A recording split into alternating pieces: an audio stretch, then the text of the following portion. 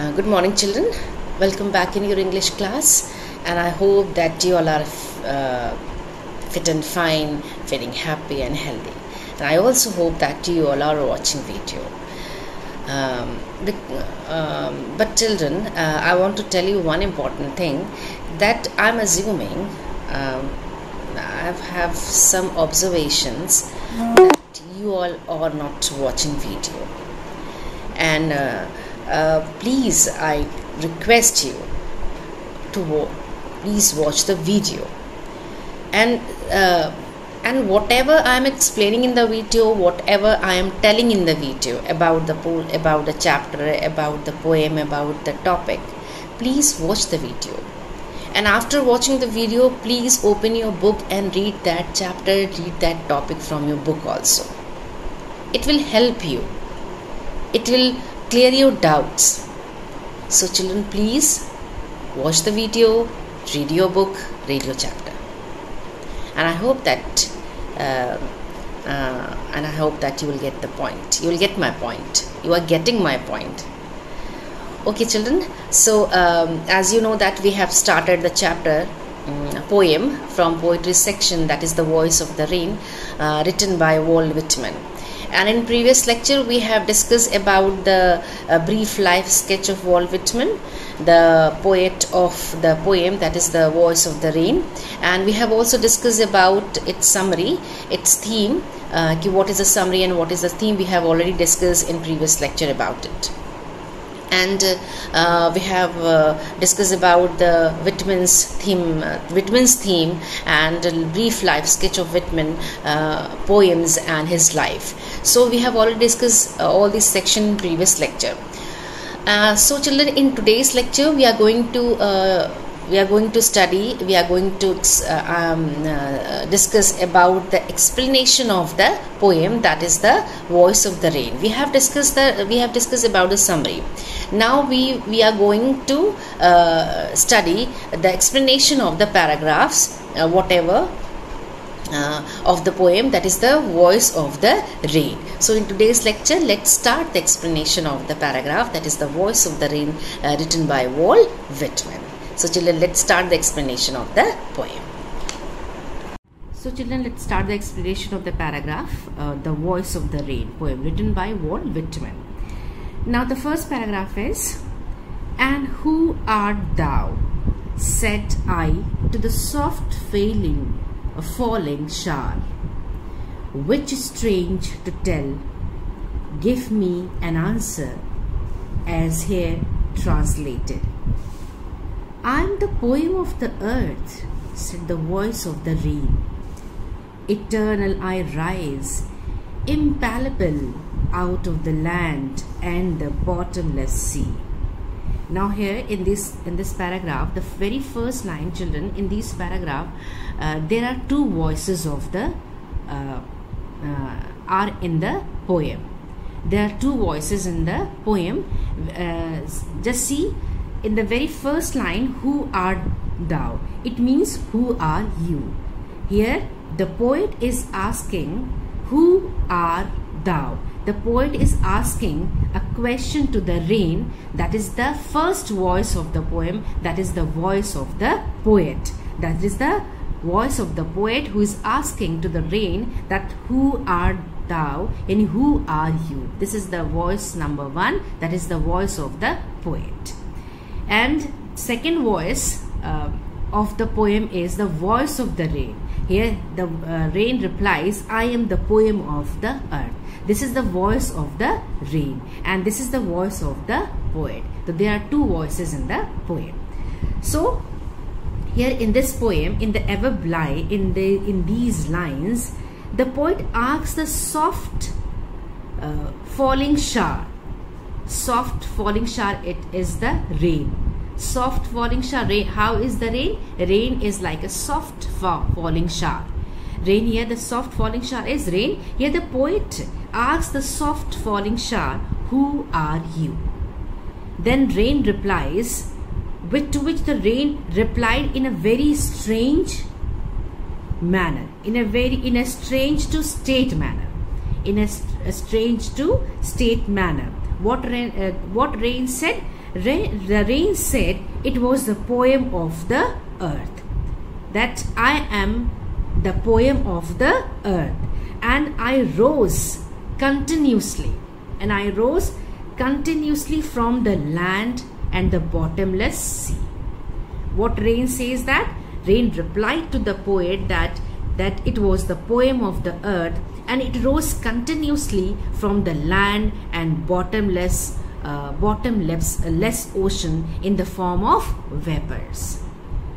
So here, in these lines, the poet asks the rain, soft falling shower, that is the rain, that who are you? This is the first voice of the poem, that is the voice of the poet. The poet asked the rain that who are you? Then the second voice of the poem, that is the voice of the rain. The rain replied in a strange to state manner that it was the poem of the earth, that I am the poem of the earth, and I rose continuously from the land and the bottomless ocean in the form of what? Vapors. So here the line is given, children, strange to tell. This is the phrase, strange to tell. This is a phrase. What do you mean by this phrase, strange to tell? The strange to tell mean that it was a strange for the soft falling rain to reply to the poet's question. Here the phrase strange to tell means that it was very strange for the rain to reply to the poet's question when the poet asked the rain, who art thou? When the poet asked the rain, who art thou? Then the rain replied, I am the poem of the earth. In what way? In a strange to state manner. That is the meaning of strange to tell.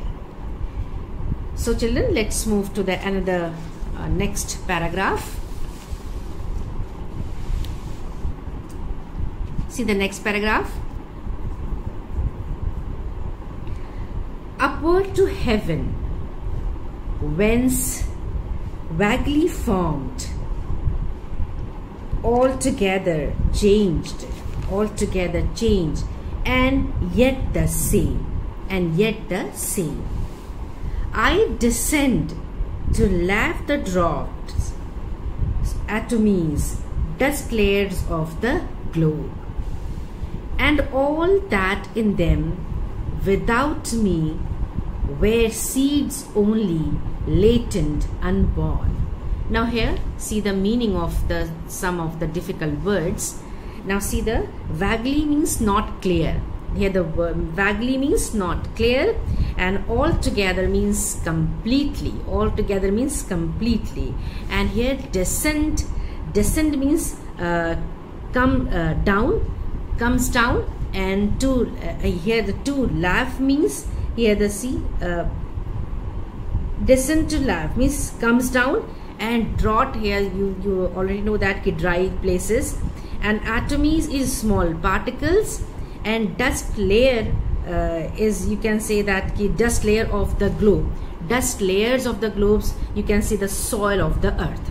Dust layers of the globe means soil of the earth. And here the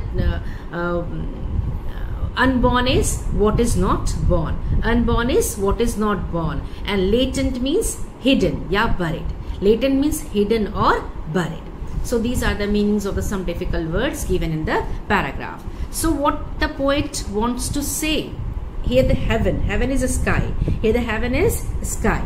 Here the heaven means sky. So now upward to heaven, whence vaguely formed, altogether change, and yet the same. I descend to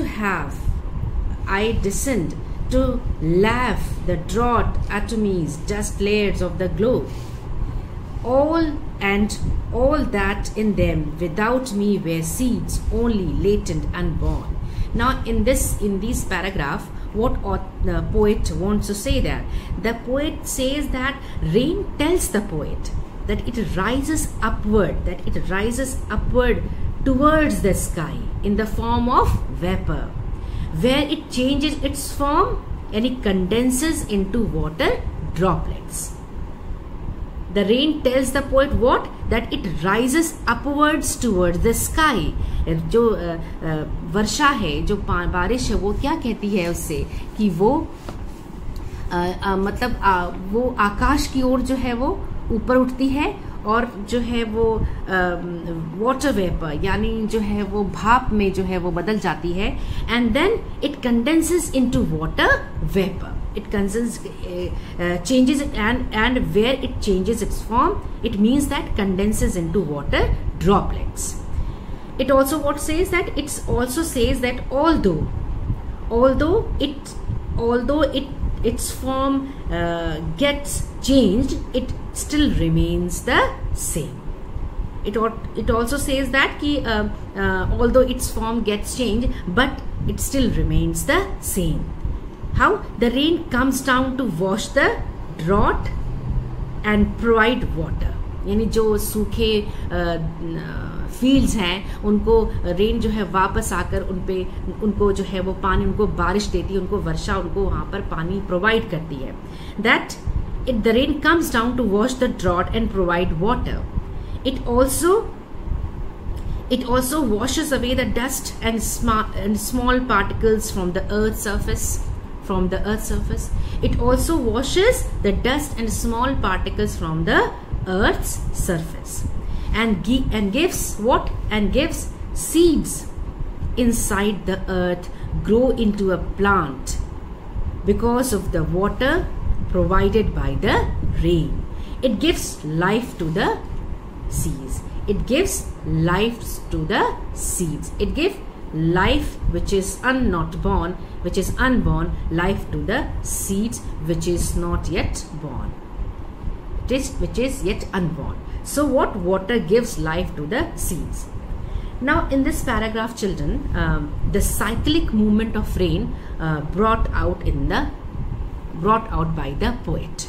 The cyclic movement of the rain brought out by the poet. You have already, I think you have studied about the condensation, the definition of the process of condensation. You have already read it in science. So cyclic movement of rain, the poet brought by the poet. Now I tell you, I'm telling you about the condensation in order to clear the paragraph, so that you can able to understand the paragraph more clearly. So here, now in this poem, in this paragraph, the water rises from the land and the bottomless sea in the form of what? Vapor. Then it changes its form, transform itself into clouds. It comes down to the earth in the form of what? Rain, to wash what? Drought, provide water, give life to unborn and latent seed inside the earth. It means the rain purifies and beautifies the earth. What it means? It means the rain purifies and beautifies the earth.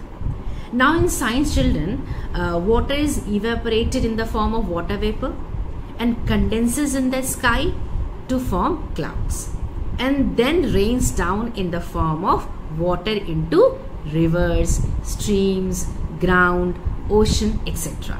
So this is the condensation. This is the process of condensation.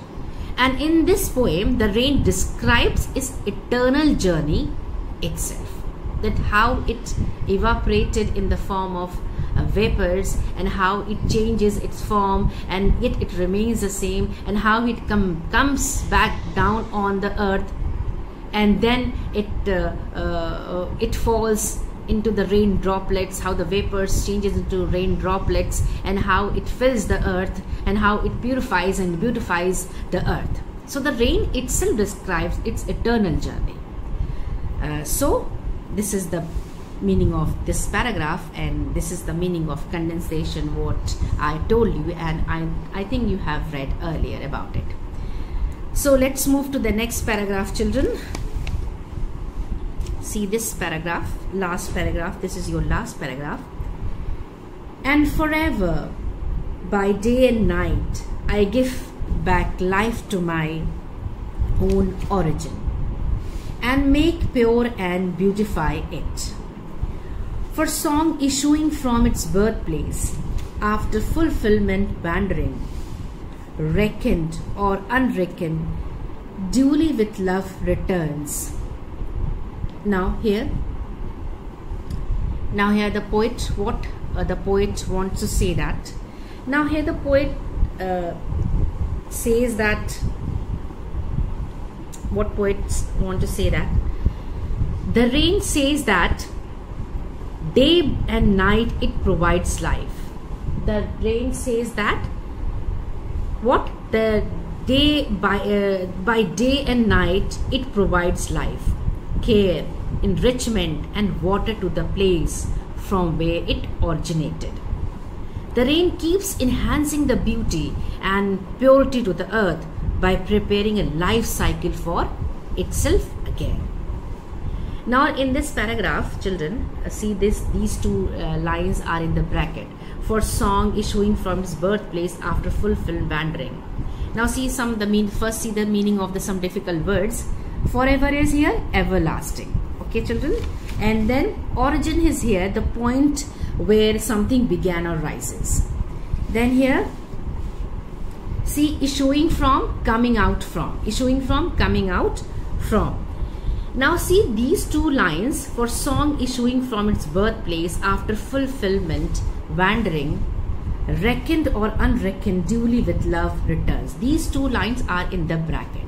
These two lines are in the bracket. Within the bracket, these two lines are. Why? These two lines are in the bracket, children. Why? Because these are the last two lines which are put within the brackets because they are the observations made by the poet and his thoughts. How? Because he made a similarity between the rain and the music. That is why these two lines are within the bracket.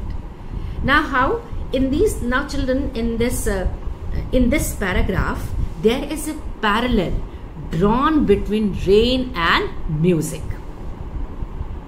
Okay? There is a parallel drawn between rain and the music.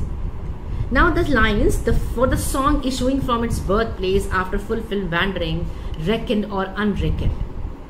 Now here, reckoned or unreckoned means, it means whether cared or not, it doesn't affect the rain, nor the poet, if someone listened to the rain or not. Now here the rain says that by day and night it provides life, care, enrichment and water to the place from where it originated. The rain keeps enhancing the beauty and purity of the earth by preparing a life cycle for itself again. But here the poet is saying that the rain is like a song that originated from its birthplace. The poet compares the rain with the song.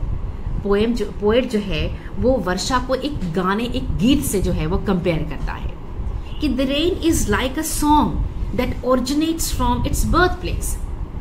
Rain एक song की तरह है, गीत की तरह है जो अपने एक वास्तविक जगह से जो है वो उठती है, वो वहां से प्रोड्यूस होती है. जैसे गाना किसी सिंगर के हार्ट से जो है वो प्रोड्यूस होता है, उसी तरह रेन जो है वो अपने original birth place that is the earth, वहां से वो प्रोड्यूस होती है, वहां से वो उठती है और फिर जाकर वो बादलों वेपर्स बनती है, बादल बनती है, अब पुनः जो है वो वाटर ड्रॉपलेट्स बन के धरती पर या अर्थ पर जो है वो फॉल करती है, गिरती है. So here the poet says that, poet compares the rain to a song. That rain is like a song that originates from its birthplace, just like the heart of the singer, and travels to fulfill the earth's needs and wanders. It finally comes back to the place from where it originated. So whether it is ruined or not, it returns to the original position with a lot of love to its birthplace. कहने का मतलब है कि rain doesn't bother, rain को ये परवाह नहीं है कि कोई इसके बारे में सोच रहा है या नहीं सोच रहा है. It doesn't bother about it. The rain complete its work and then come back to its original place. In the same way the song of the singer, just like the song originates from the heart of the singer and travels to fulfill the people's earth's need and wanderers, and then it finally comes back to the place where it originated. Same process is applied to the rain also. That is why the poet is comparing the rain to the song. So the line here, the line is, see the line, for song issuing from the birthplace after fulfilled wandering, reckon or unreckon duly with love returns. So the lines for the, so these lines what draws a parallel between rain and the music. Here the poet compares the life cycle of the rain and the song. As the song originated from the heart of the singer, wanders to the world, whether liked or not, comes back to his birthplace in the end with lots of love. Similarly, the rain that originates from the earth, that is the birthplace. Earth is the birthplace of rain. Similarly, the rain that originates from the earth, that is the birthplace, fulfills its duty. What duty? To beautify and purify the earth, and wanders and comes back with love for its creator. So what the author here, the poet compares the life cycle of the rain, children, with the song. How? As a song originated from the heart of the singer, wanders to the world, whether liked or not, comes back to its birthplace in the end with lots of love. And the song, the birthplace of the song is the heart of the singer. And similarly, the rain that originates from the earth, and earth is the birthplace of the rain, fulfills a duty. What duty? Beautify and purify the earth, and wanders and comes back with love for its creator. So this is the meaning of the paragraph. So children, here the poem ends. With this explanation, the poem ends. And see some literal devices is used in this poem. The first literary devices is used in the poem is personification. Some literary devices, figures of speech are used. The first is personification. Now here I told you about I think you already know about the personification. That personification is the poet used non-living thing as living thing in the poem. Now here the what line? I am the poem of the earth, said the voice of the rain. The personification is used in this line. And second one is that the second is the metaphor. The second is the metaphor. And you know that what is metaphor? An indirect comparison between the qualities of different things. So here I am the poem of the earth. Here rain is being compared to a poem. Now here rain is being compared to the poem. So I am the poem of the earth is metaphor is used in this line. And the third one is hyperbole. Hyperbole, you can say that exaggerated statements. So bottomless sea. It is in this line, hyperbole is used. Figures of speech is used. So there are three figures of speech are used in this poem. That is the personification, metaphor, and hyperbole. And you can see the line, in which line these figures of speech are used in the poem. So children, this is the explanation of the paragraph of The Voice of the Rain, written, composed by Walt Whitman. We have done, and the explanation of the poem, and we have also done the summary and theme of the poem. We have also done the explanation of the paragraphs. So I will send you the question reference to the contest, and I will send you the central idea through PDF for to you. So we will stop here, and in next lecture we will start our new poem. So take care of yourself and your family, and please watch the video, and please read the poem from your book also. So take care of yourself and your family. Goodbye.